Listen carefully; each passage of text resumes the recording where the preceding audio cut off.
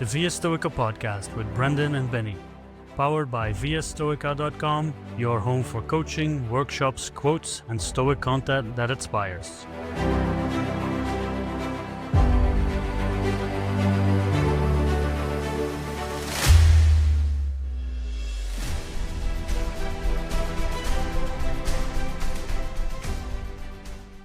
Welcome to the Via Stoica Podcast. My name is Benny. I'm your host today, and today we have a wonderful guest, Becky Schmooke. She correctly told me how to pronounce the last name just a little bit before, and unfortunately you missed a great conversation we had just before this recording, so I'm looking very much forward to this.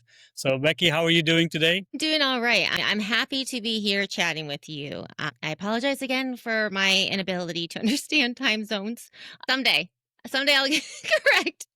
But it's good to be here now, and I think your flexibility is very, very much appreciated. Yeah, that's how I kind of want to design my life, to be flexible, and the time zones are very tricky. I know all about that. So, but I'm glad you're here, and hopefully, did you have to feed Venus and the goats, or? I did. So Venus is long gone. That goat is. She not, well, I mean, I don't know, maybe gone, but we do rotate through some of them. We have a couple that are now like lifers. We have 2 goats that will spend forever here. The rest, they get to stay as long as they are they're good and not too annoying. We have a couple that get very loud, and I've reached my limits. We don't keep any boys here. I have a very strict rule. I tell my kids and make sure they understand that as long as the animals serve a purpose, they stay. But if they don't have a purpose, they don't get to stay here. And I make sure my girls understand that rule and hopefully ingrain it. And then that inspires them to be more useful around the house. Okay, does not work. That's interesting. Hasn't worked yet. I think they realize that despite my veiled threat, they're going to get to stick around forever too. But it feels like my parents, they might think now he's in his 40s. Now he finally came here and started to be useful and started doing things around the house and all that stuff. So they're glad. You might have to wait for investment. a little bit long. Yeah. No. I had to get out and let them out and feed them. And we have a couple of babies that are getting ready to leave. And so it's fun this time of year.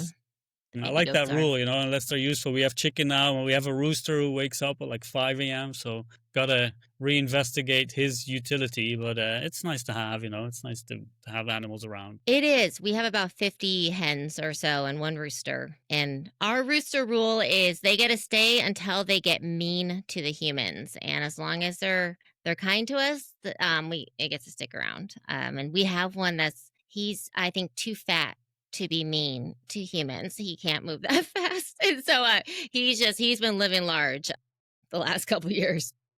Well, these are some good rules for, people who have animals, and for us as well. If the rooster starts, we have one chicken who's not as friendly, is a little bit, adventurous. So maybe we have to talk to her a little bit, but they still lay good eggs. So, that's enjoyable. They got you, son. But let's dive in, and I'm going to do my famous, very well introduction that I'm good at, but I really enjoy to see what you're doing, and correct me where I go off, but you do own the Stoic Edge Consulting, right? You're a consultant, you're a keynote speaker, and a coach, right, based on Stoicism, and we can dive into that a little bit more. But you also are the owner of Becky's Mindful Kitchen. I kind of wanted to start there because you kind of combine everything, especially when we go to talk about your book, the Choose the Handle That Holds, and it feels like that's where a lot of your life comes together in Becky's Kitchen. I just wanted to ask a little bit more about that. So what is it that you do there, and why did you start this project? Yeah, and the 2 businesses, they're hard to tease out. They combine kind of at all times, and it's pretty tricky. And my poor children, they're like, Mom, I hate it when people ask me what you do. And I'm like, I know. It's like, me too. It's so hard. My husband's a firefighter. That one's easy. So Becky's Mindful Kitchen, I started about, maybe 14 years ago now, 15 years ago. It's really started with this idea of creating a place for people to come and connect and learn how to cook again without the stress that's usually associated with cooking, and kind of go back to the basics, the foundations of just not being so dependent on a recipe, but teaching people the kind of like, here's the kind of base level of how to make a scone, right? In a recipe, it's easy to memorize, and then you can get creative and add all these other things. So just really encouraging creativity and connecting and finding joy in cooking again. And so that's how that started, of just, again, kind of peeling back all the complicated stuff that we put into life. And that's one thing that connects to Stoicism, and why I love going back to what the ancient Stoics, right? Is because it feels like you're just peeling back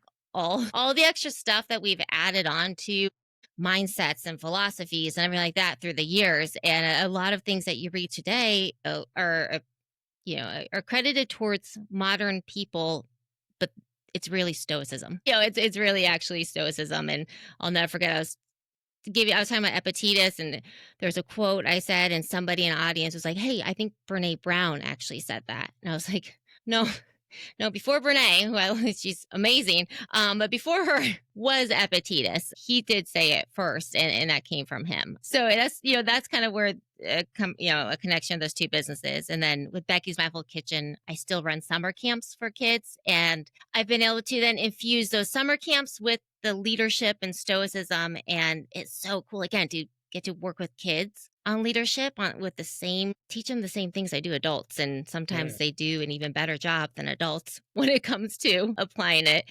And it's, we do cooking camps and archery, like bushcraft survival. So kids are out there swinging hatchets, learning how to start fires with, a knife and a ferro rod. And we do art camps, and just there's a whole fairy tale tree house and fairy forest out in the timber for them to play and explore in. Just giving them a lot of autonomy over their time, which is fun. Some kids struggle with that, but a lot of them like it. That sounds awesome. I used to work in kitchens, not as a chef, but as like a sous chef, or like, helping out or whatever, like cooking and all that stuff. And I did summer camps. So that sounds like a dream. And I worked in the summer, and you mentioned before that you went to Granada, and I used to do summer camps in the Sierra Nevada hilltops, and I was the biggest kid around. It's like, we're gonna go horseback riding. That's just awesome, And so that sounds really cool. It's so funny. We breed goats, and so we have baby goats that are born every summer. And I think the perfect short story that kind of encapsulates both businesses is, there was a summer where I had a camp going on, and I'm in Iowa, so in the middle of the U.S., the Midwest, and it was hot, like 100 degrees with humidity, and it was a little bit miserable at that point. And I had a goat go into labor during camp, and that had never happened before, where a goat was actually having her babies during camp. And so I had 20 kids, packed in, excited to see a goat being born, and I'm in there, and sometimes like things do go a bit like not as planned with births. And I had told all the kids that if I told them they had to leave, no questions asked. And so I had a baby get stuck, and it was like breached, and it wasn't coming out. And as much as I think it's good for kids to be exposed to the reality of life and death and all the messiness it is, I also am wise enough to know that that is not my decision to make, and that is their parents' decision to make. And I do not really want to risk inviting inviting that potential drama into my life. So I told all the kids, hey, I need you guys to leave. They take off, and my helpers, who were still in the kitchen, start giving them ice cream to distract them. I got the goats delivered with my daughter. All ended up being okay. During that delivery, Ben, I had a helper come in and be like, hey, Becky, heads up, there's an alarm going off inside the kitchen. And I was like, okay. And it was a water leak alarm. I was like, got it. I was like, hey, just take the alarm and throw it into the other room so you don't have to hear it. Like, there's nothing you can do about it. We'll fix it later. And then like 5 minutes later, another helper came in and go, hey, Becky, just, somebody just threw up. In 10 years of camps, no one had ever thrown up before. And I'm like, okay. Turns out it was a combination of ice cream and then seeing like baby goats being born, did this kid in.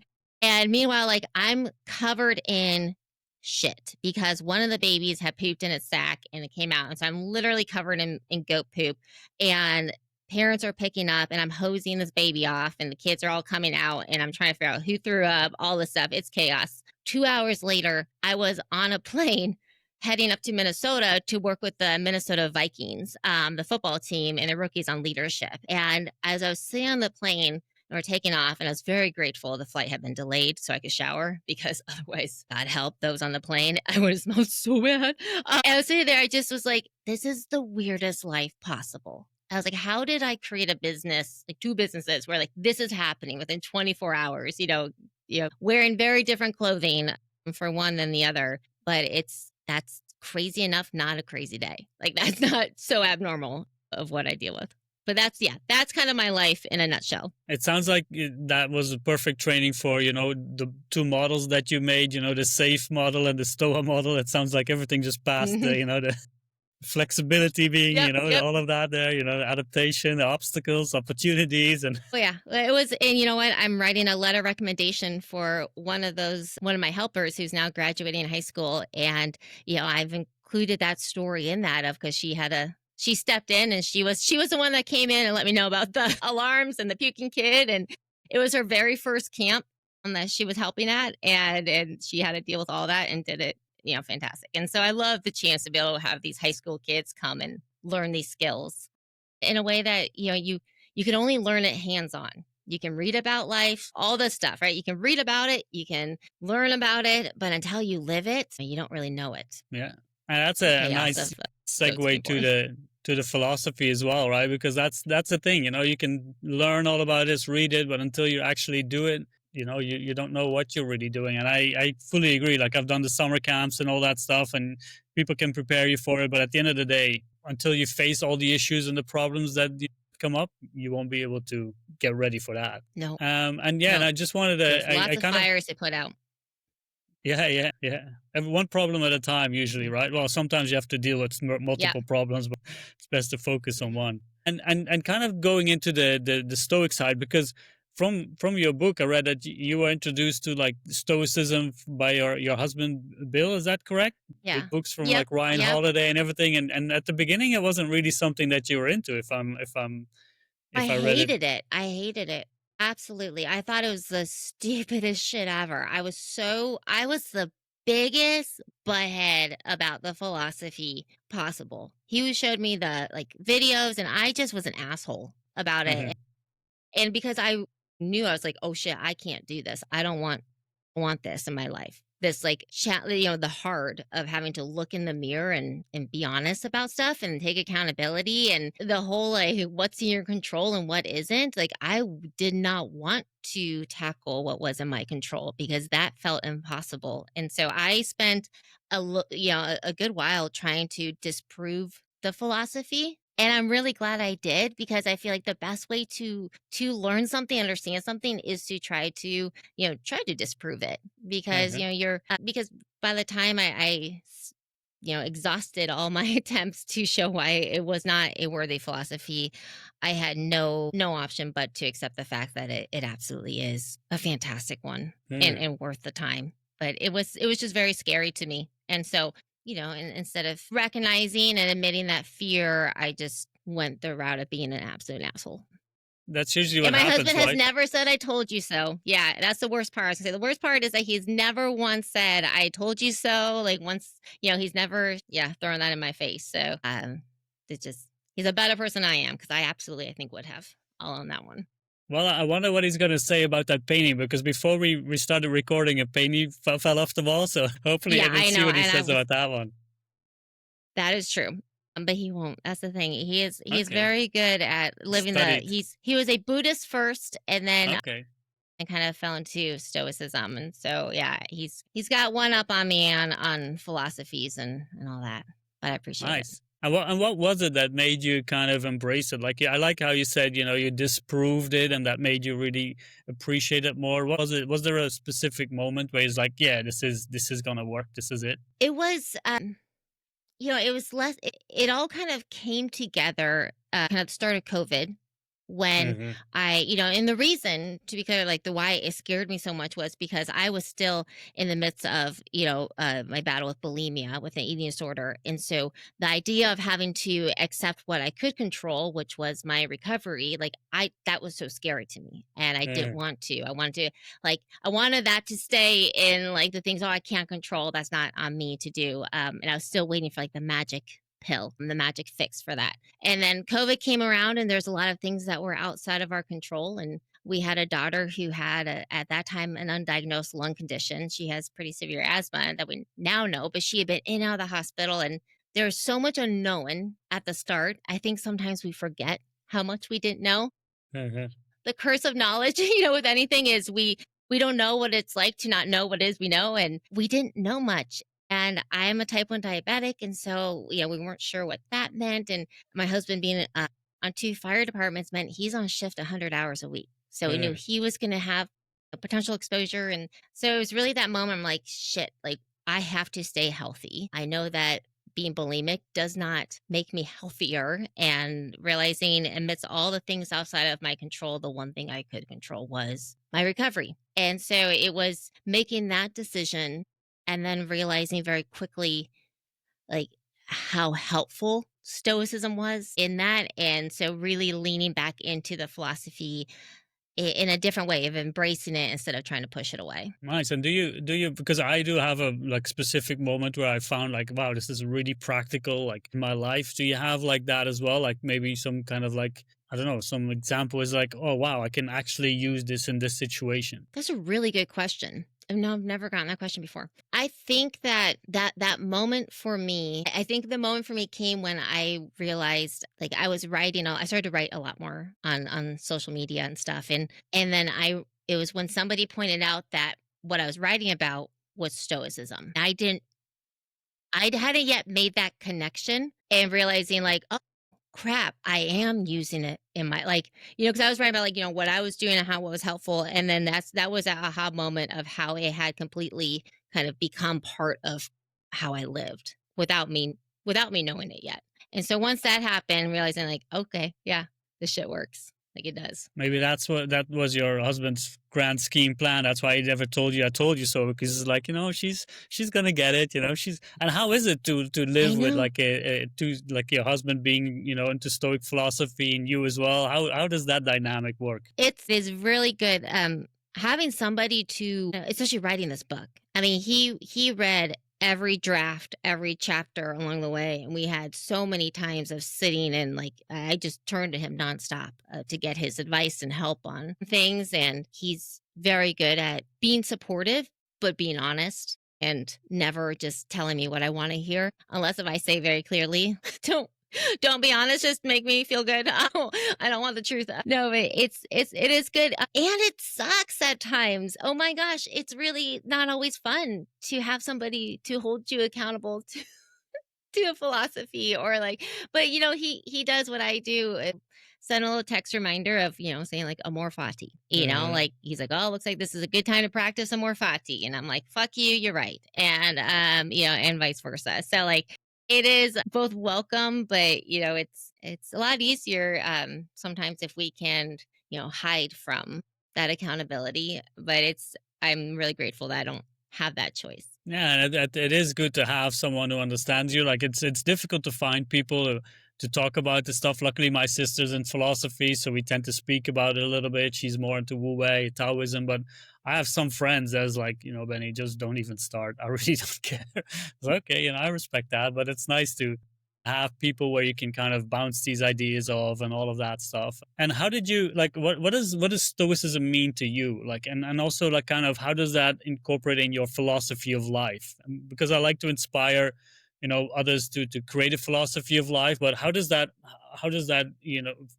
go for you? So, what I love about Stoicism is that it's not dogmatic. Uh, And I think that's like, there is and I mentioned this to you before we started recording, but one of my favorite things about the philosophy is that, you know, it flat out tells you you're not going to reach any sort of enlightenment. Like, you will not be a sage. Like, you are a dumb fucking human being. Like, welcome to life. Like, you're not gonna get there. And so there's no incentive to hack the philosophy. There's no incentive to try to, like, shortcut it. And I love that. Like, I love that just constant humbling of, like, well, look at that. I'm, like, still not there. Like, this morning, I betrayed a good couple of my favorite quotes. Like, one is, like, I have it, like, behind me of, like, ask yourself at every moment, like, is this necessary? And because I repeat that to myself constantly. And there's a couple times this morning where I'm like, no, it's not necessary, and I'm still doing it. And just, recognizing like, okay, like realizing like I am not making the best decision. And realizing that, look at, I'm human. And I think my philosophy has become one of just intense grace for humans to be humans. Yeah. And while also, just this unrelenting drive to not not lower my bar of when it comes to integrity, when it comes to excellence, like just like and I think like I'm not special. There's nothing about me that's extraordinary. I am incredibly average as a human being. I am trying to find what my secret like what what I am at, like a prodigy at. Like I like try. I'm convinced that everybody has like secretly is like really good at one thing. Every time I try, like my husband knows, my kids know, my family knows. Like I'm on a quest to figure that out, and so I always love trying new things. I'm like, maybe this is it. So far, have not found it, and I found a lot of things I'm not good at. It's so, and I say that because if I can do this, if I can live this way, if I can be relentless in holding myself accountable to integrity, to my anchor values, then just about everyone else can too. And that's something. So my philosophy has really been about on social media and my speaking and my writing is to show up really flawed and to Yeah. be very clear, really clear of like, here's how I fucked up, right? This is what I did about it.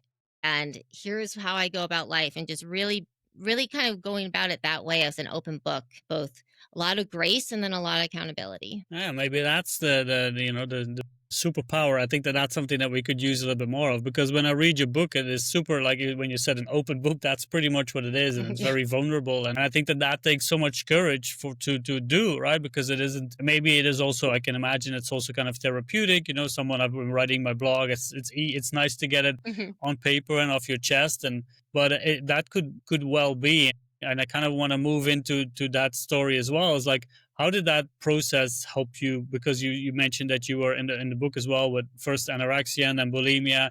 How did that help you process all of that? And also, how did the Stoic philosophy come together there? Yeah. Well, so and I say this in my book too. Is that, I was talking about Marcus Aurelius and meditations, how, we get the chance to read the diary of the most like powerful man in the world at the time. And, it's just, I always say like, something that he never wanted published. And I always make the joke that, it's every teenage girl's like worst nightmare, and that like his diary did get published. And then I went and published parts of my diary, and it like hit me just yesterday because I was doing my audiobook recording, and I read that part and I was like, holy shit, like here I've done this, I did it. And I'm like, does this make me Marcus Aurelius? Maybe it does. No, I'm just kidding. It does not. But like that decision to really take something that, oh my gosh, if you had gone back and told my teenage self that that was going to happen, I would never have believed you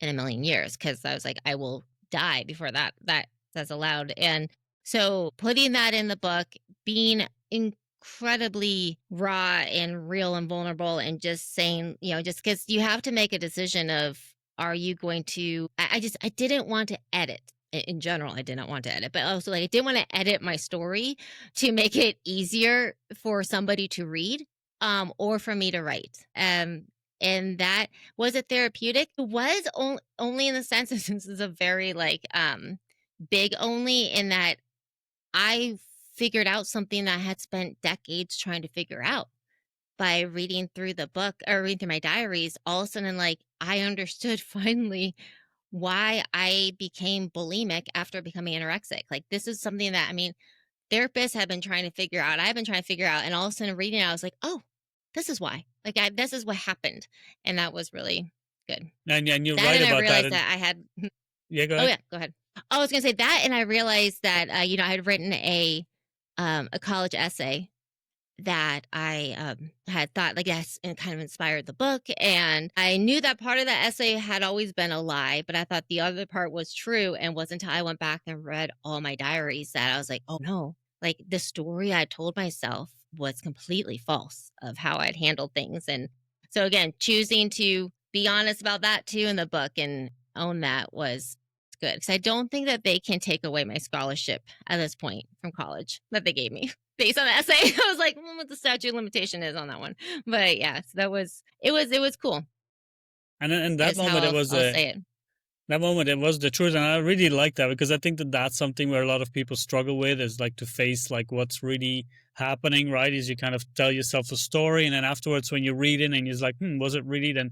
And I like how you kind of figured out that, as you said in the book, I think it was like, with being anorexic, it's easy to see, but kind of with bulimia, it's like you have it like hidden, right? If that's, I'm not an Yeah. expert, but Yeah. that's kind of Yeah, no, it's what I easy read to. it. Yeah, no, it both requires a lot of deception and then lends itself well Mm. to keeping things secret. Yeah, it is really. I started my very first like sentence kind of to you when we started our conversation was that like how frustrated I can be at times to be a fan of Stoicism and try to live as a Stoic because of like it is hard to do and it's so much easier to just complain about the things outside of our control and to do all the things that are not helpful. Like it's easier. The book is called Choose the Handle That Holds, based on that the saying from Epictetus of every situation in life has two handles, Hmm. one that by which it can be carried and one by which it cannot. So the book and what I talk about is always what's the handle that holds, and the handle that breaks is often the easier one to grab, and it's right there, and it's complaining, it's bitching and moaning about stuff, it's wasting time, it's scrolling instead of doing your taxes, all those things, like it's right there, and to grab the handle that holds takes, and it's not easy, but my god, it's always worth it. And it's just like in having to be intentional and hold yourself to that way of life. It's both incredibly rewarding and really fucking hard at times. Yeah. Yeah, that I always had this when I used to work in kitchens as well, and at one point you kind of cut corners, and then you realize like if you don't do things properly the right way, it takes more effort and everything. But if you don't do that, then at one point it's gonna bite you right back, and so it's better like to do things right the hard ways. But the easy way is, it looks so tempting, right? To just like, oh, I just want to complain and sit here and just let the world just, and for me that was a big change when I started getting out of that victim mentality instead of like, why me? It's like, Hmm. why not me? Just try to do Yeah. something about it, and then just that's why I like the title of the book. That just hold the handle that holds, and it's going to be tough one, and it's going to be heavy, but do it Yeah. because that's the only way. Yeah. No, I always tell companies or anyone's going to hire me as a consultant or a coach, I usually tell them why they should not hire me. And Mm. because I just am very clear, like when it comes to the victim mentality, like I'm not a fan of it. And I don't let people stay in that. And sometimes people they're not ready to get out of it. And if they want somebody to indulge that, I'm not the person for them. But but you're right, it is. I have a teenager, and the other day she was being so much a teenager and such a just really negative and complaining about everything. I have a short memory apparently because let me tell you. So I have my diaries and I wrote a diary entry every single day. Like, I mean, it was ridiculous how dedicated I was to that. And I was going to read to her my entry from like that day, my sophomore year in high school, and show her like, I don't know why at all. I thought like it was going to prove like this is how you could be seeing your day. And I flipped to the page that date and I like do a quick glance over it. And I'm like, nope, never mind. We're good on that one. Cause I was like, fuck. I was like, no, I was like, I whiny little butt. And I was like, oh my gosh. Like, and so, that's where I think again, it comes to that grace of being like, oh, look at that. Like that's humans being human. Hmm. We're, that's what we do when we're teenagers. Um, and then as we get older, we kind of rewrite history in our heads and we think, we walked uphill both ways and, you know, we did all these things that our kids aren't capable of. I think it's the old saying of like back in my day, but it's not usually true. But it's fun to say and to get the groans from your kids when you want to Rock that. And get some resistance there as well, I guess. And I think that, but I think for me, that was a really nice thing about reading your book is that it's, it's a very vulnerable and open story, but it also, I think it'll show a lot of people that they're not alone in this journey. And maybe, I was dealing with alcoholism and, this is, all of these things. And you see like, hey, life is tough, and we all go through it. And I think that's why having people like you showing other people instead of, what you see online now, it's like, oh, look, it's all roses and it's all fun and good. But that's not what life is about. And I think that this is the best way that we can show people, hey, you're not the only one going through rough, times, and we can deal with it. And there's support around you. And was that like, what was the motivation for you to write this book and to share these stories? What was behind it? Was part of that also the idea? So a lot of it was kind of twofold. One is like yourself, I kind of been writing this like blog posts, but I just posted them on social media for a while, and everyone was like, oh, you need to write a book. And I'd be the whole like, oh yeah, I'm going to. And then I wouldn't. And then I just like, cause I just didn't know where to start. I didn't have the time. And I'm a lifelong runner, but I also do Brazilian Jiu-Jitsu. And I got injured and I got lucky in my injury. I got an injury where I should have broken my neck and somehow I didn't. And it was so much so that like because Stoicism and your audience does, you can appreciate this. I took this part out of the book because you have to edit a ton of things out of your book. It's always hard to so say like kill your darlings. Well, there's a lot of them dead all around here because you just have to. But I wanted to put in that the section because when I was injured, there was a moment where like my neck snapped and I was down on the mat and I had this conscious like just moment where I said to myself, kind of my version of that idea of the epitaph, like you're now leaving the world of like that you knew before. And you might be, entering that world of Epictetus, like entering the world of Stoicism. And this is where like I am totally blanking, and I've been hoping that it was going to come to me. But help me out. Who is the Admiral? Stockdale? Thank you. Yes. Okay. He said as he's leaving the planet, I was like, this whole time, like, fucking get to me, Nate. Come on, come on, come on. And my brain's like, I'm not. It is like so much on a beach right now, sipping a couple of cocktails, and it is not coming to my rescue. So, so Stockdale go, like, I'm leaving the world of technology and entering the world of Epictetus. Like, I said that to myself and before I did the whole wiggle my toes thing, because I was like, there's a chance that I'm going to go to wiggle my toes and I'm not going to be wiggling my toes. And I'm paralyzed. And I just like grounded myself in that. And that's another moment of like realizing, you asked like, when did I know like that philosophy works? Is the fact that like, that's the very first thought I had was to go to Stoicism, was to like, go to that, I think was telling. I wasn't paralyzed, but I still had to take a lot of time off jujitsu. And so I decided to, amor fati. What am I going to do with my time now? And I was like, I'm going to write a book. I can't go to jiu-jitsu, so I'll reinvest that time into writing. And so that's what I did. That philosophy of amor fati, I think that is the most poignant and like present aspect of Stoicism. And I know it's not technically Stoicism, but that idea of like, okay, what am I going to do now? Like, what am I going to do with this time? And I think that if we can embrace anything, it's that mindset of not wasting time. I think that we spend most of life passing time and not truly living. And I think Stoicism is brilliant at grounding us in living life. It's Seneca, I'm pretty sure, said it pretty well when he said, like, it's not that life is short, but we make it short. And it's true. Like we do. We waste so much fucking time. And it's on us to make those changes. Oh, I totally agree. And when I ruptured my knee like completely, I was in bed for 6 weeks. And then when I hear you say like, oh, I wrote a book, it's like, oh, I should have used those 6 weeks better, and I was just trying to watch some series and read some books. And I was already studying Stoicism by that time, but should have used it better, but I still enjoyed myself. And I was preparing me for for COVID that happened the year after. Oh yeah. No. And yes.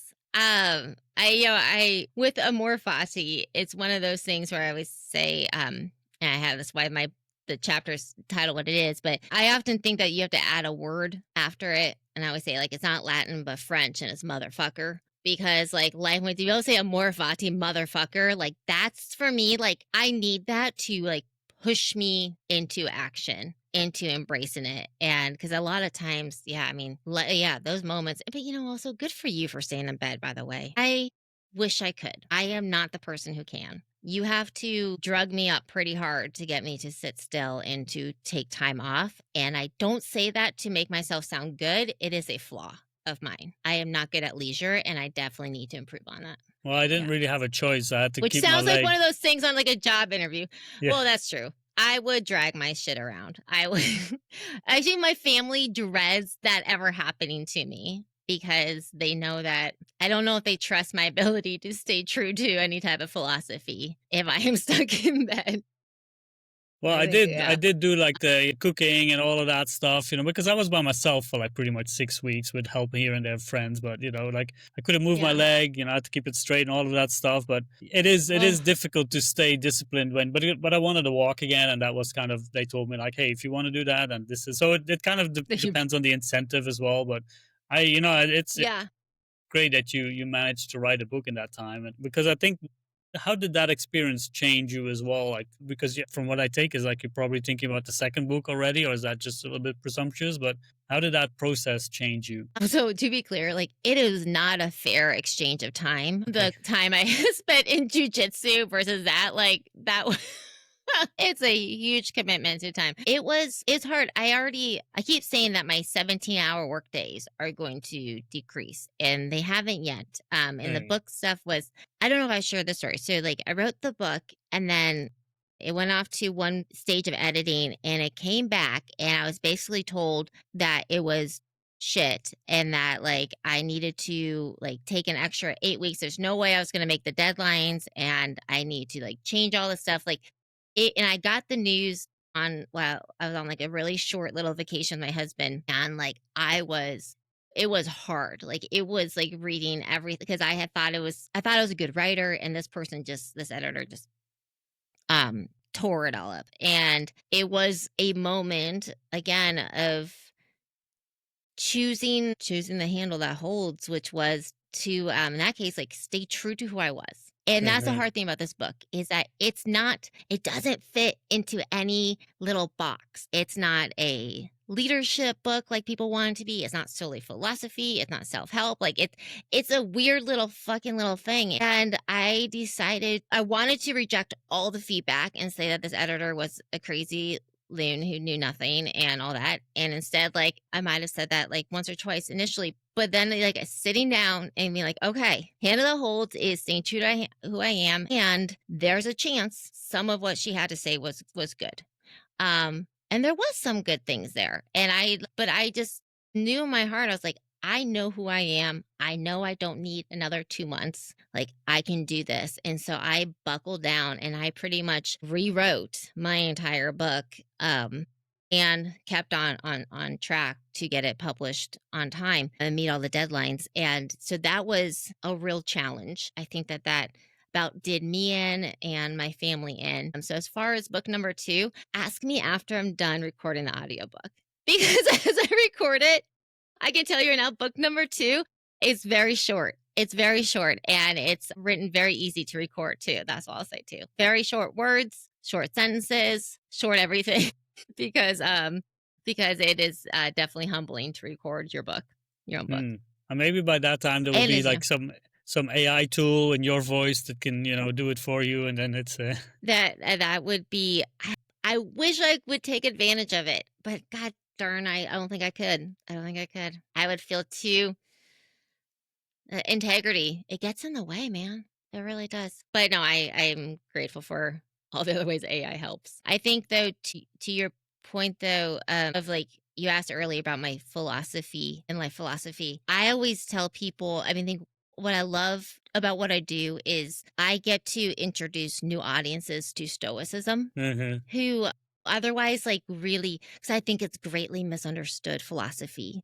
And this will let people know how big of a nerd I am. But I remember driving home from the NFL Combine, because I go there every year for work, and I'm listening to Seneca's Letters, the Audible, and it's read by can't think of the narrator's name, but he's so good. He's that British narrator, and he's so good. Like that, by like I think like that's what Seneca's voice must have sounded like. Like somehow, like very much buying into the fact that like all like the Romans had British accents. But he's reading them, and I find myself laughing out loud because they're funny. Like some of the humor is there, and I just am like, people don't realize how funny. Like Stoicism is there's humor, there's compassion. And I always tell people, like, I have emotions, my emotions don't have me. And that to me, I think is such a key part of Stoicism. It's not rejecting emotions, it's not Queen of England, it's just very grim and proper. Like, no, like it's so just in the trenches of life philosophy. So that's one thing I'm always passionate about. And what I love about the book is that like I picked all my favorite quotes and be able to put them so they're accessible and easy, and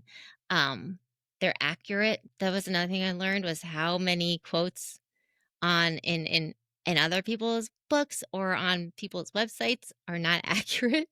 Just like making sure like I wanted people to know that like, this is cited, like it's they can trust it, was important. Yeah, that's ridiculous. Like I've had the same thing. I was called out once, like when I started blogging by, I think it was Gregory Sadler. He's like, "Oh, this quote is wrong." And after that, it's like, okay, if I want to do this, I'm gonna make sure that. And the amount of quotes that are online, it's like that. That's why I'm like, if you go to like Via Stoica.com, then there's like all the quotes that have the references there, like, and it's like it's already is like that's what I feel like. Okay, I want to, and it's also because I'm kind of a little bit OCD with that. It's like if I want to put something there, I just want to have it all done and ready. So, but it is crazy how many people just kind of copy and take information that they find somewhere.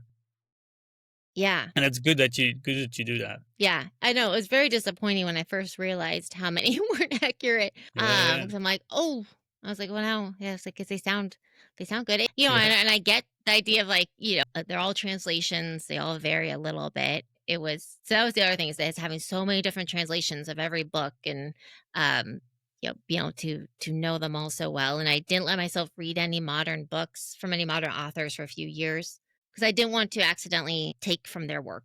So I think we just do that as people. So I spent a lot of time with the original Stoics, and they're a good hang. They're good. Yeah. They're a good hang there. Entertaining. And then also just it's fun though to be able to get back to modern writing and be like, oh, so much easier to read. It's a little bit more clear cut, I need that. I need the for dummies version. I won't say like the modern day authors are for dummies, but sometimes that it feels like me. Is like I read Epictetus and then I just go to like Massimo Pigliucci's like, okay, thanks. He just makes it a little bit easier for me to understand. Or like Donald Robertson does the same for Marcus Aurelius. It's like, okay, I got that right, but here, so yeah, I like that. Yeah. Oh yeah.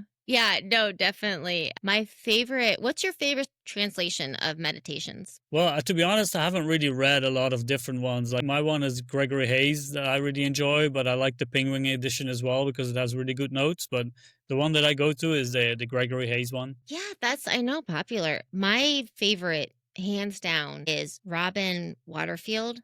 Is that right? Is that familiar? Yeah. Okay, yeah, his is annotated, and it's so great because all the notes are right there at the bottom of the page, and it gives such good context to it all that I love that. I love like not having to flip to the back of a book, because I just like, that drives me crazy. It's because I have to, like, if you're always like trying to go back and to have, and it's just, I have the hard copy of it, and it's just, to me, that is my favorite one. And I find it easiest to read. And it's just like the font is nice, and it's like the good size. Like those little things that like make a book easier to just spend time with. And the annotations are just fantastic. So that's definitely one I'm gonna, and I have my Kindle because I travel a lot, but I have some of the books here in the back, and they travel with me, and the Gregory Hayes there as well. So that's kind of why I like them, the Epictetus one, and they've been all over the world with me. So, but it's nice to get like a relationship with these books. I think that's cool and nice. But and I just, because I've been wanted to kind of one of the stories that I really loved, and that's quite at the beginning. It's where you talk about this you were gonna go for a summer with maybe with your I think it was your grandmother, and she picked your sister, and then you had to drive back with your father. Yeah. And I love that. And it sounded like it was really the kind of the first story that with the book, to choose the handle that holds. And and you were given two handles, right? And maybe you want to, and I Yes. love the choices that your dad Yeah. gave and how he solved that. But I'd love for you to kind of share that a little bit with us, but definitely people go Yes. read it in the book as well because it's so nice. Oh gosh. So it is yeah, this was definitely my first introduction to Stoicism. But I did not know Stoicism and neither did my dad. Because there are people who are just naturally stoic, Hmm. in the sense of like the philosophy. Um and and that's my dad. And so my I grew up in Iowa, but my grandparents had come out from California and they would rent a cabin in Minnesota and we would go up there and stay, at a lake, and in Minnesota lakes are just so beautiful. And there was a summer when I was 3 years old where my older sister was going to get to stay for like an extra week.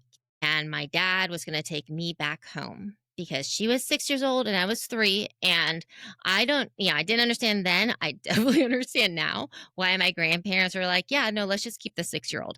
Because my older sister was six, but like honestly, like at that age, still like a 45-year-old. Like she was so mature and so good. And I was not. And so, but I felt very unjust. And so when we got into the old, 1987 Nissan Stanza wagon to head home, I hatched a plan to get myself back to Minnesota, which was to make my dad so miserable that he would conclude that, the wise choice would be to cave to this 3-year-old and bring me back.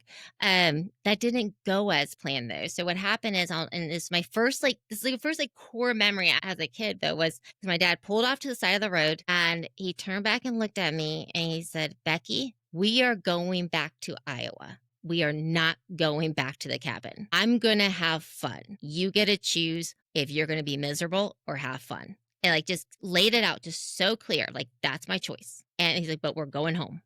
And so then and this is a difference between, I feel like, fathers and mothers. A mom would have kept talking. A dad does not. He just like turned back and kept driving. Like, he didn't have to say anything more than that. And I just remember like sitting there and like looking out the window and just like having that decision to make. And I decided to have fun. And because of that, like my dad was planning on us camping and spending the night in this state park, and we did and had a great adventure. If I had chosen to be miserable, I'm pretty sure we would have just driven straight on home and and missed out on that whole thing. And so that was really that never left me, that choice. And it's one that and it comes up, I think, in so many opportunities where we do have to decide, like, okay, what are we going to do? How are we going to spend our time? I think a lot of us choose to be miserable more often than not. And it feels like, I don't know why. It's like, it's almost like this sense of, I don't, it's almost like being a martyr, or like this need of like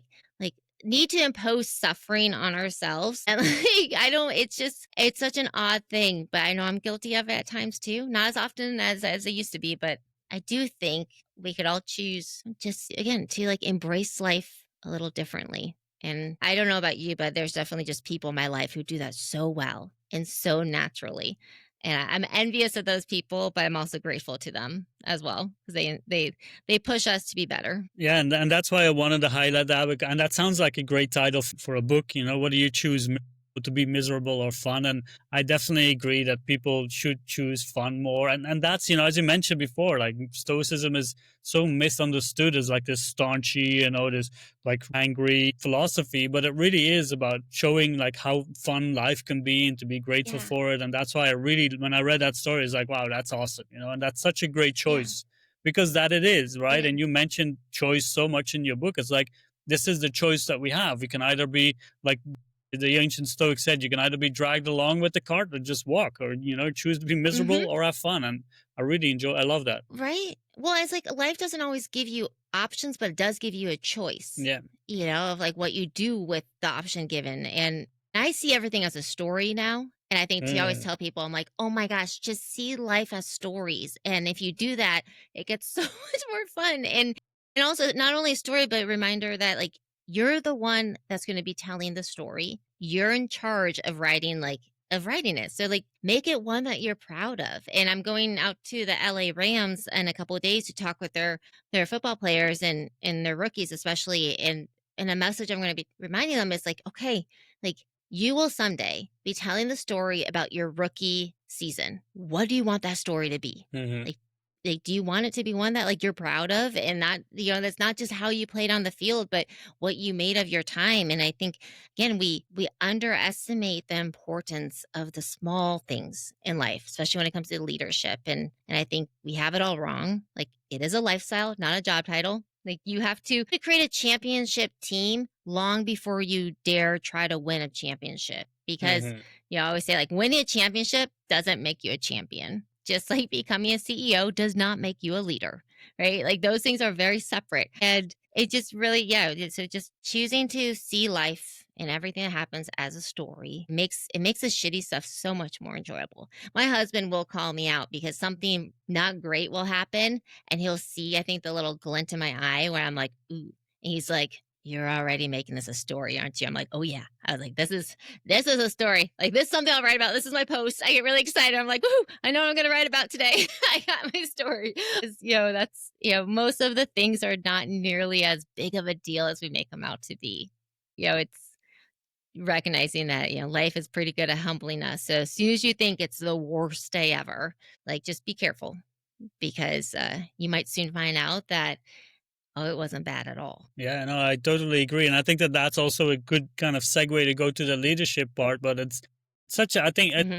key reminder for people because if you create things as a story, you kind of start to see things from a little bit of a, distance, to become Yeah. that observer.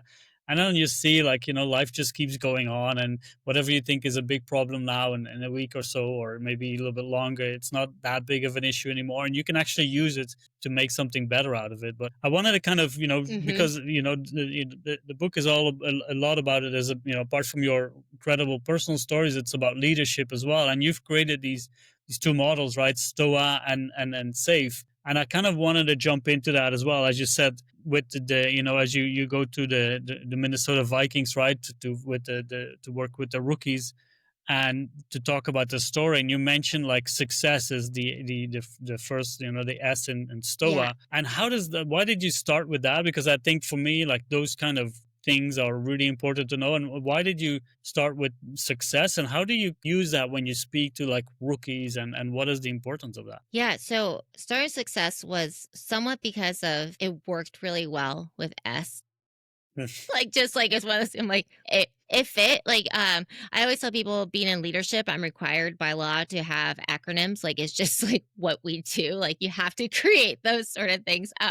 And SAFE was one that, so the SAFE one is kind of my philosophy for leadership. And that is the idea of, we have strength to stand and act with integrity, is the S. The A is agility to adapt to the needs of the moment. F is flexibility to reach for curiosity and adversity. And then the E is endurance to value the process over the outcome. And that came together. Again, this got cut from the book, but honestly, like, I made that up on the spot. And it was a situation where I was having my very first meeting ever with somebody from NFL team, and being from the Vikings, at the combine, which happens every year in Indianapolis. And I was being asked about my leadership philosophy. And I said, I started talking about how people go to the gym to get, like, the show muscles. They want to look strong, and have those muscles, but there's really no functional strength. And I said, that's the same thing with leadership. And then I started saying, like, I don't think there's any such thing as a bad leader, but just like, you have authority and power masquerading as leadership. And I was just saying these things, and I'm like, things I believe, but I was like, I don't know if I have, like, anything to back it up, because I was asked Nestor, like, he was like, "Oh, like, do you have a leadership philosophy then that you teach?" And I was like, oh, I probably should have had one figured out before I got to this meeting. And so I said, yes, I do. And then I said, like I said, leaders, I feel ultimately a leader needs to make those around them feel safe. And it's one of the, like, safe is not soft. Like, that is the most, like, crucial thing. And it's from being a parent to, like, in the military, like, keep people safe. Like, fuck, you can't get better than that. And they're like, that's awesome. And then luckily the meeting had to end, because I wasn't asked to then break it down yet. And I went back to my hotel room, and I was like, I need to figure out what is safe. So, like, I, like, in that moment before my next meeting with another team, created that acronym and what that stood for. and it's held up, and it's something that, and then Stoa was created out of the need for during my recovery from bulimia, realizing that like in the past, like I had just always tried to white knuckle my way through things. I always say like white knuckling, like hope is not a good strategy for success. And I was really forced to understand the outcome that mattered and reframe things and making sure I was focusing on what was in my control and not just identifying success as something outside of my control. I think we do that a lot. We put success as something that we have no hope of ever, of ever really achieving because it's not in our control. And so we start chasing the wrong outcomes and start Uh-huh. chasing the wrong process. And so just that sort of success and then breaking it down smaller into like targets, is the next thing in Stoa of what do you have to do to achieve success. And the O is double duty as obstacles and opportunities. The idea of like planning ahead, what's an obstacle going to be, and then find the opportunity within it. And then A is action steps. And it came from this place of seeing these goal setting and strategic planning kind of processes and realizing that a lot of them fail because there's no clear action steps. With companies, a lot of times people are like, oh yeah, we need to do this and this, but they don't take the time to like get really nitty gritty of who's going to do it, when they're going to do it by, what's the plan, all that.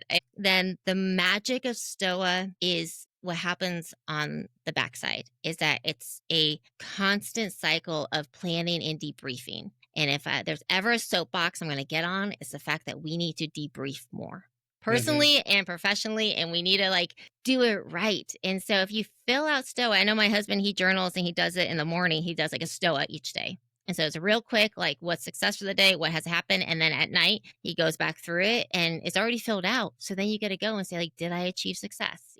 Did I hit my targets? And it allows you to stay focused and not, if you're somebody who tends to like beat yourself up if you, don't succeed the way you want to, it's a really nice way to keep yourself focused on like actionable stuff instead of just, that ruminating in your head about, reliving the worst things type of stuff. And so I use it for myself all the time when I do talks and everything like that, because I was, it keeps me a lot more action focused. Yeah, So that's what those are kind of the two things, and they go hand in hand. Yeah, and you have a wonderful, like, if people looking for that, and in your book you have it's really nicely visualized there, where you have the Stoa and the debriefing part. I really really enjoy that. So if anyone wants to apply this journaling technique, in the book it's all there. So definitely check that out. And it happens fast, so it can be done. Like I was gonna say, oh, sorry to interrupt, but like I was gonna say, you can do it. Y'all take groups through it, and it'll be like an all day long thing. Like it could be done as you walk towards a meeting, or, I do it before going to, here in the States, Costco, because you got to be prepared. And then the debrief is brutal because I never stay. I always fall victim to a lot of those obstacles. But my husband does it when he takes his crew on a call. So it can be done in a really intense, in 3 minutes in the fire engine. The first time he did it with a crew, they're going to do CPR on a 6-day-old baby, and just be able to like run through, what is success? Like, what are the obstacles? They got there ready to move into action which is so much more clarity than they otherwise would have. And then using it as a debrief as well. So it's something that kind of accordion. So it can be in a very compressed amount of time. And then also something that you can really dig into. We use it with the family before going on vacation. My girls, I run through it sometimes, before school in the morning. So it has a lot of utility, which I like. Nice. I think that's something, that's awesome. I'm going to use it as well, especially when you talk about travel, there's so many things that can go wrong, but the example of your husband, and seeing that it works there in a team, that's just awesome. And especially even for leaders, I love the SAFE acronym and how you say like, okay, leaders should be someone who can keep people safe, right? And I think there's so many more leaders out there who wouldn't even dare to call themselves that. But what would you like? What is a good example of a leader for you? Like maybe you mentioned some of the some examples, some stories in your book from other people.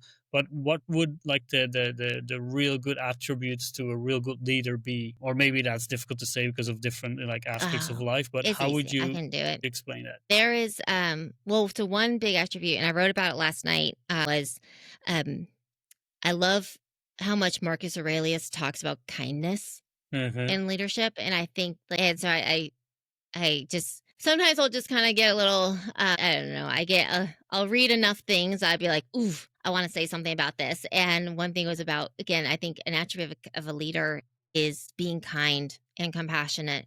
And I think kindness is one of the hardest things to do. And for anyone to think it's weak, I think they're very wrong. But the leader I would recommend, the book I recommend anyone get, aside from my own, is Brett Crozier. And so I share his story in the first part of the book. But his book is Surf When You Can. And then there's a subtitle that's longer. But Brett Crozier was a Navy captain, and he was the commander of an aircraft carrier during COVID. And his book is full of just like, you read it and you can't not be inspired, and then also be like, God damn it, why can't everyone be like him? Because he's so, and it's also a book that'll say that you read it and you're like, come on, is he really like this? And like the truth is, he is.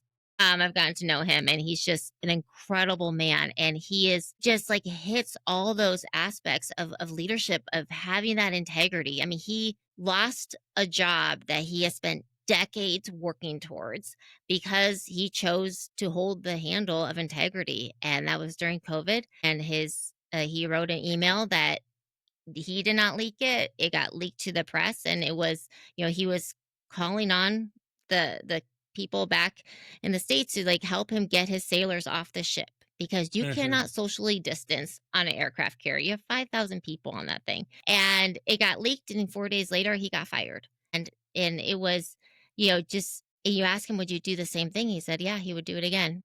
He was following all the right protocols. And there's a great video you can find on YouTube of the sailors like chanting his name as he left the ship for the last time. And like, if you want to see what it looks like to be somebody who is a leader, who doesn't need, like, he didn't need the authority and the power. Like, that meant less to him than being a leader and integrity. He sacrificed that authority and power and chose leadership. Like that to me is so inspiring. The consequences, because there's consequences to being a leader.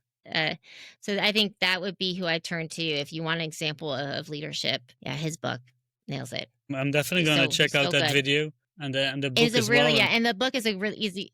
It's a good read. It's easy reading. That's the only books. I said I didn't read any modern authors. I did read his because I wanted to interview him for the book. And I had heard his story before, and so I knew that like I wanted to read it. And I like walked around holding his book as I like walked and read. Like, it's so you don't want to put it down. And like I remember piping macarons while reading and accidentally piping a macaron onto the page of the book when I was making those. But like, so like it's so good. Yeah. Oh, I love that. And it sounded like he also like was driven by that ideology of keeping his crews safe, right? As you mentioned, like that first acronym, that was what it was all about. And I think that's such a wonderful way how that comes back. And as yeah, go ahead. I was gonna say, and he also like he had a copy of of meditations, and like he read the Stoics, and he had those with him on the ship too. And I think it's fitting it being the USS Theodore Roosevelt, because again, if we're looking at all the presidents, who was the most biggest fan of Stoicism, I would say it was Teddy Roosevelt there too. So a lot of fun little tie-ins. Yeah, definitely. I like that. Yeah.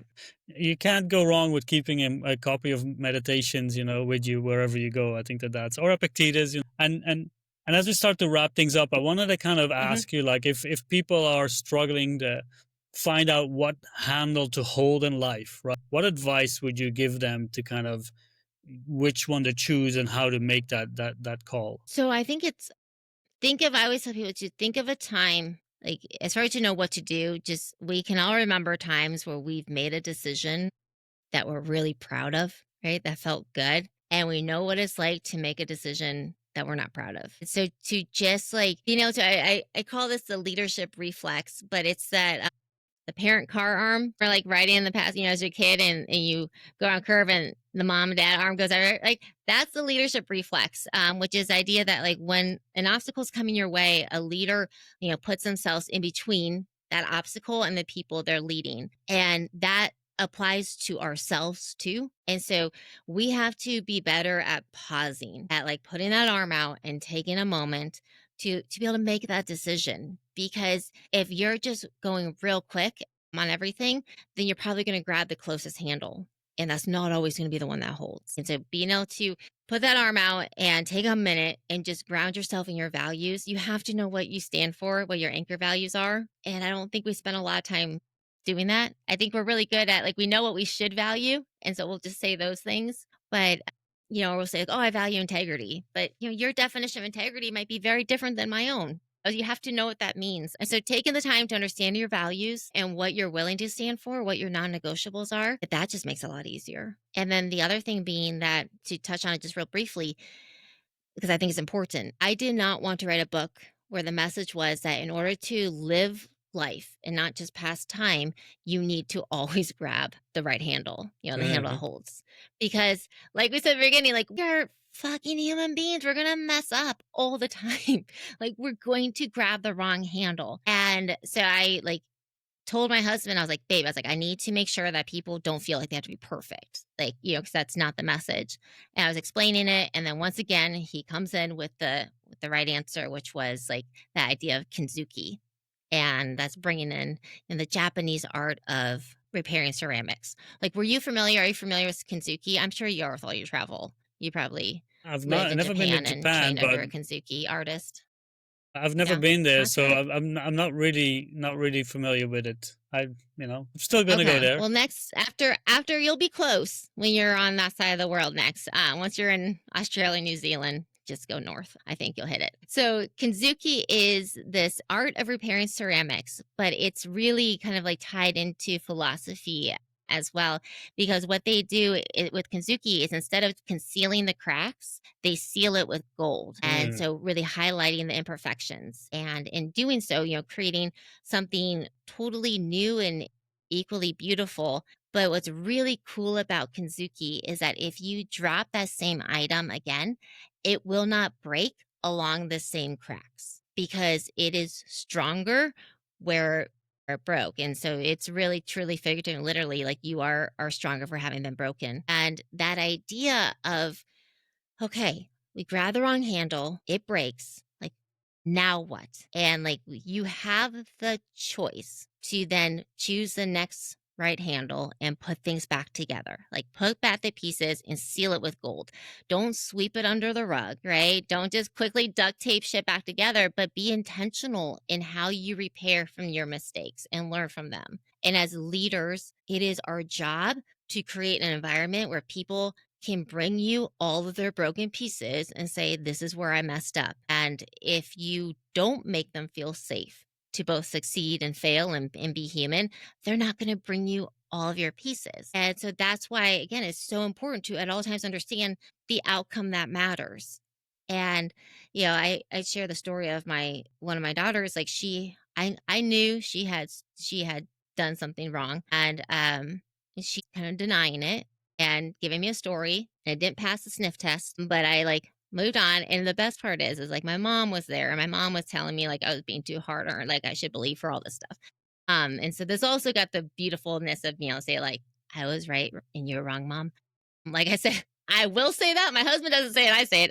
But anyway, so I let it go and I moved on. And a couple hours later, my daughter came to me and she had that look of like she's about to confess. And she told me part of like the story. And I had that moment where I had to decide, what's the outcome that matters here.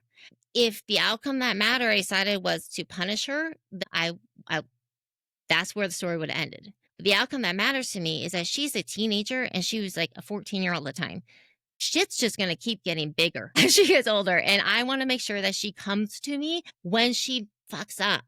And if I want her to do that, then I better make her feel safe. And so I did not yell at her. I did not punish her. I was compassionate. I listened and she went on. Well, a couple hours later, she comes back to me again in tears of, she's not raised Catholic, but she's baptized Catholic. And I think that's enough to get that Catholic guilt. Was really working on her. But she came to me and like in tears, and she gave, and what I say is like, with the rest of the broken pieces. And then I got the full story. And then we are able to sit down and really work through and debrief and understand what happened and why it happened. But I know without a doubt that if I had reacted differently, when she came to me with a few of those pieces, she never would have come back with all of them. And so that's where, again, as leaders, as parents, as everything, we have to make sure we understand, like, what's the outcome that matters. And if it's to make those around you feel safe, then be very intentional in how you respond when they do come to you with some of those pieces, and make sure that they feel like they can bring you all of them. And then I got to go tell my mom that I was right. And I think that also helped me not be so mad, because inside I was like, aha, I was right. Because I'm human. I am human, and that is what it means to be human. It means to get some things right and some things wrong.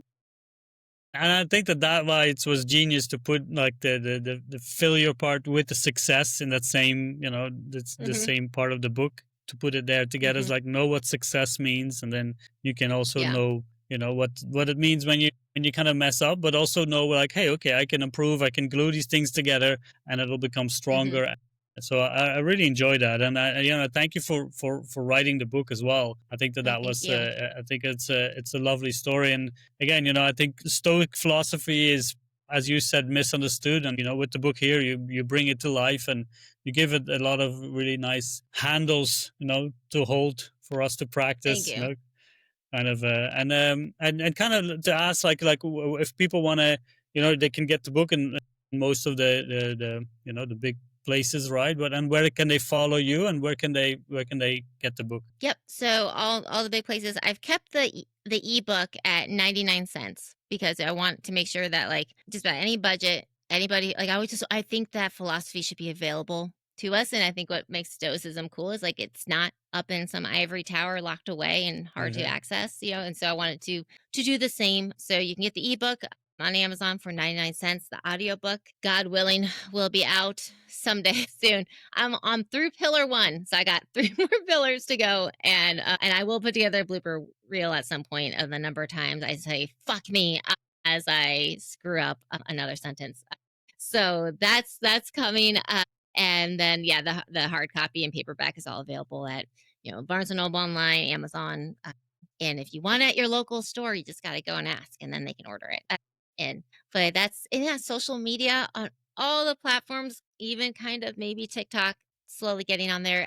Just type in my weird name, and so Becky, and it looks like Schmooke as that last name, and you'll find me there. And my website, the good thing is, though, is if you just type in Becky Schmooke, like .com, if you spell smoke like it should be spelled, you'll still get to my website. So I made sure to at least to link that one too, because I was like, so you're not required to to learn it.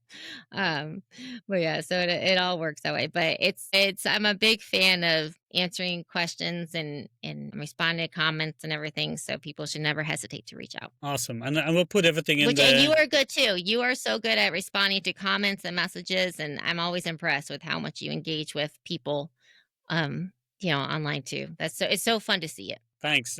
It's nice to do, and it's good to get some questions, and I try, and I will definitely put everything in the description here as well. I like your website and just what you put out there, and for also give me the links for your kitchen, the Becky's Mindful Kitchen, because I think that's such a wonderful project, combining all of these things with food and cooking. I think that's wonderful. But I wanted to thank you for your time and for writing the book and for being on the show. And you'll definitely be on TikTok with this, because we have our shorts out there and everything. So we'll put it up there as well, and we'll start there. Well, thank you. I know I'm doing my best. My teenager's trying to help me with that. I'm just you get old fat. I mean, you again apparently don't age, but it catches up to all of us. Learning all the trends is tricky. So thank you, and good luck with all your travels. I'm excited to follow along as you go. Thank you for listening to the Via Stoica Podcast. If you have enjoyed this episode, please consider subscribing, rating, and leaving a review. Your feedback will help us reach more like-minded people on the journey to self-improvement. If you want to get in touch with us or find more information, you can go to viastoica.com, your one-stop platform for all things Stoicism and living better. And remember, virtue is the only good.